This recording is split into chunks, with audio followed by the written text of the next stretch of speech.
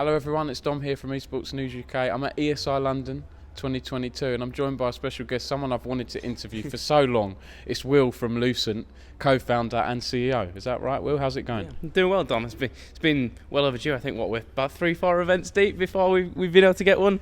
So it's nice to finally get an interview over the line at sort of one of the busier events, I guess, that you've been at least. I've seen you everywhere this week. So yeah, it's one of those events you walk around, you keep getting stopped. I like it, ESL London. I did a panel on UK esports and stuff, but that's not why I'm here. I'm here to talk about Lucent, talk about what you're doing, Will.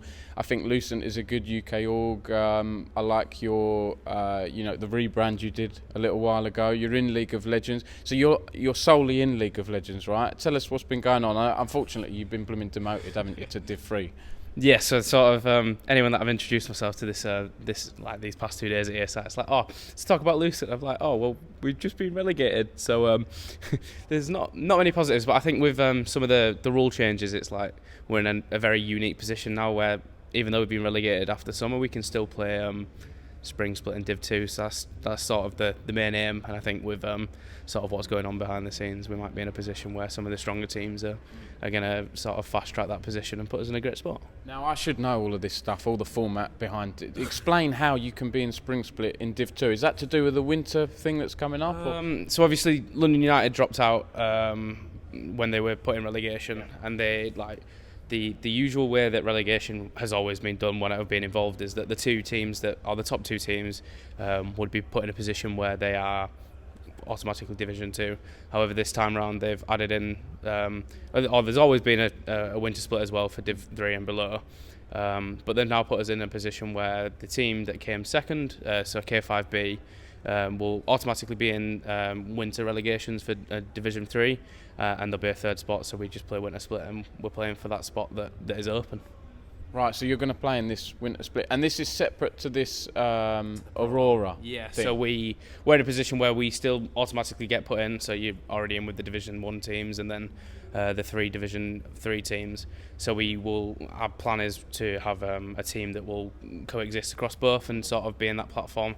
And as of yesterday, so as of, I forgot the date, the 6th, as of the 6th, they've now removed the 3 out of 5 rule, so teams are now in a position where you're able to make a few more changes. What's the rule now then? When did that change? A couple of days ago? Literally yesterday, so they removed the 3 out of 5 rule in terms of retaining from summer. However, the players that you had that played 50% more of the split will now be in a position where they're still roster locked to you. When you say 3 out of 5, do you mean UK based? No. Sorry. So from summer split, got you have to keep 3 out of 5. So what is it now? None. You can have. So you can change the whole roster. But but players will still be roster locked to you if you've had them for over 50% of the games.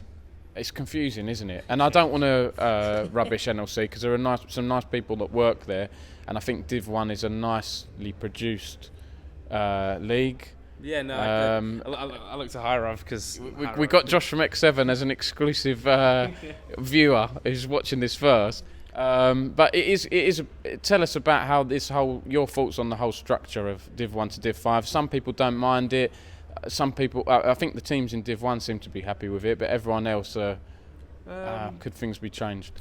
I think the system is in a position where it's one of the better ones. Obviously now you're talking about 3 spots for a potentially with 1 through the play-ins, but I think my position is a little bit different in terms of, with my background in social media, I really love the way that people present themselves on them platforms, and I think sometimes it's lacking that from the NLC for anything that's below Division 2, and even Division 2 I've popped off at them a few times, sort of expressing my distaste to the fact that there's not a lot there. But I think the structure in terms of how you can get to different positions in different places, so the way that it works, anyone from sort of Division 5 to Division 2 can move about during that split, or every split, whereas obviously Division 1 is there's only one relegation. Yeah. But when's that coming up, by the way? I believe they start this week. I had a conversation with one of the owners from Natives, and he's from Div 2 to Div. Natives did tell me. Yeah, it's hard for me to keep track of all these multiple divisions. It really is. There's lots of League of Legends, and I think that's the important thing. You've obviously got a going on at the minute. You then got playoffs for Division 1, and then you go into sort of the Pro-Am, and then Division 3 for us, which I'm going to take it in stride and look forward to it, but I'm not going to be here for some of it. Oh, really? Well, Are you travelling on Monday? So how long are you going for? I'm going for 36 days. So myself and one of the other directors are going to see the joys of Bali. So we're going to go try and find a Bali prince that will invest into Lucent while we're away. Hopefully he or she will see the light. It's be the light, isn't it? It works. I like it. So you're sticking around in League then, despite some of the difficulties. You're solely in League at the moment. Do you have plans to go into other games, or what are the plans for Lucent? I think with obviously the changes that Valorant are now issuing with their, I don't want to call it a franchise league, but that's where they're going to start. Franchise-like, I'm using as a journo, yeah. And Ellis is a big Valorant fan, so I think Valorant will be on the cards at some point in the near future. It's always a balancing act in the UK space, and as any org would know, having the finance to do it for sort of multiple titles is where it becomes the problem. It's not finding the talent or finding the players, it's finding the funds to fund it and not putting people in a position where we're lying to players and putting them in a position of not being paid, kind of thing. Can't stand it. Tell us a bit about yourself as well. Are you looking for a new job when you come back from holiday, from your trip? You've predominantly done social media. You've done stuff at British Esports. You've done stuff with Bulldog and things in the past, right? Yeah. Before they were acquired by X7. So I've been around the block. I think I've done practically everything that doesn't require a uni degree at this point in the space. Following my time at British Esports, I'm sort of looking social media and sort of anything that I think that I can get stuck into, sort of something new or something that might be just out of my reach that I'm willing to learn to do. But I think being so hung up on getting into the space from 13, 12, so talking 9, 10 years, I don't think just losing one position is going to make me change my whole sort of attitude towards staying in the space. Yeah. What are your general thoughts on UK scene, Will? I think you follow it well. You're ingrained in it. You're on Twitter. Are we talking just across the board or any specific? Yeah, in general. I mean, we've spoken about League a bit, haven't we? But in general, we might need to get kicked out in a minute. We'll find out in a minute. It's proper turn to formal. I love it. But no, I think we are slowly moving towards that position where you're starting to see these companies that aren't. I'll use X7 for example. They're not at the level in terms of a social presence and the social app that a guild or an XL is yet, but they're still investing that cash, and I think they're for League of Legends specifically, they're a titan for that sort of thing. You move to CS and you had the period of Coalesce, and obviously being good friends with Canny, you're talking that they're close to a reinvestment into CS. UK CS is thriving in the space. Obviously you just had Smooth recall Endpoint beating Navi 2-0 as well. Yeah, so obviously we caught up with Pete over these 2 days, and Pete couldn't believe it, and then was like, we narrowly lost out on a few other games. And I think we're starting to get to a point where we are. I don't even know where the competition is anymore. I think people used to make it, it's UK versus the rest of Europe when Brexit was going on, and it was UK versus US. And I think we need to move out of that, because we're all competing in the same market at that point, regardless of where we're based. And I think the stereotype of getting sponsors in is being broken. So it's, there was a member of Alliance that was discussing on a panel this weekend, one of the first ones that was discussing about getting sponsorships in through the Nordics. Yeah. And I sat there and I was a bit like, I've been involved in the Nordics for a long time. The only companies that I see that come out of the Nordics with big sponsors are your sort of your Norways and your Denmark's based sponsors, so like the likes of Dusty.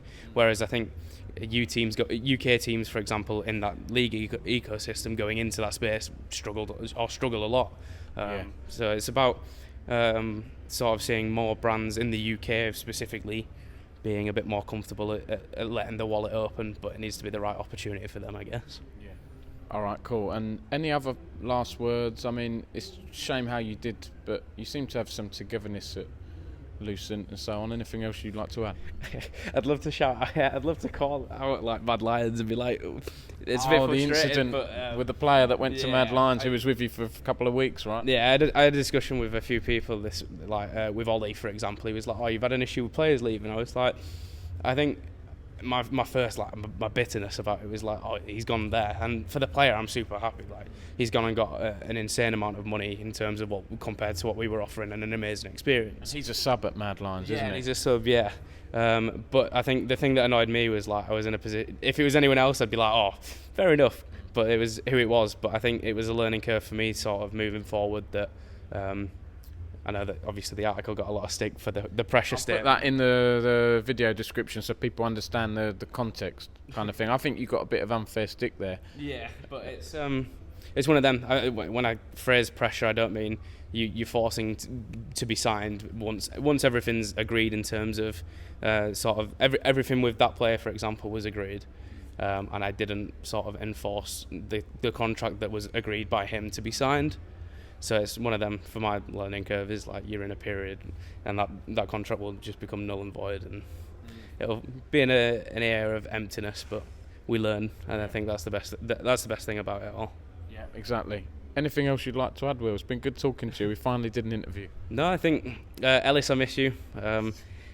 This is the third event now that you've not been sat by my side. And Ellis, what are you playing at? And Josh wants to meet you as well, sadly. But you keep missing out on these amazing events. But other than that, no, it's been a pleasure, Dom. Thanks everyone for listening. Good to interview Will and Lucent at last. Give them a follow, and I'll see you in another video and bit of content soon, I'm sure. Cheers, Will. No worries.